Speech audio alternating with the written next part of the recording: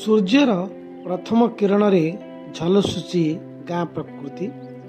ଧୀରେ ଧୀରେ ପାଚିଲା ଧାନ କ୍ଷେତକୁ ସୁନା ରଙ୍ଗରେ ରଙ୍ଗେଇ ଦେଉଛି ସକାଳ। ଶୀତୁଆ ସକାଳର ଶାନ୍ତ ପବନ, ମାଟିର ଗନ୍ଧ, ଗାଁର ନିଜସ୍ୱ ନୀରବ ସ୍ୱରରେ ସମସ୍ତେ ମସ୍ଗୁଲ।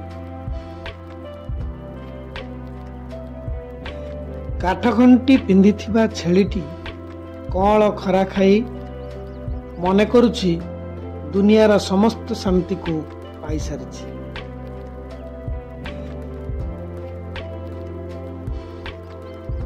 ପାଖରେ କନ୍ଧର ମଣି ସକାଳର କାକରେ ଭାଗ୍ୟକୁ ସେକୁଛି। କାଠ କାନ୍ଥରେ ଟଙ୍ଗା ଯାଇଥିବା ଓଲେଇ ଗାଈର କାଠ ଘଣ୍ଟି ଏକ ସ୍ମୃତି, ଏକ ଚିହ୍ନ, ଏକ ଅଦ୍ଭୁତ ପରମ୍ପରାର ଅପୂର୍ବ ଧ୍ୱନି। ଏସବୁ ମିଶି ଗଢ଼ି ତୋଳିଛି ଗାଁର ସକାଳ, ଯେଉଁଠି ପ୍ରକୃତି ଗାଏ ଏବଂ ମାଟି ଶ୍ୱାସ ନିଏ।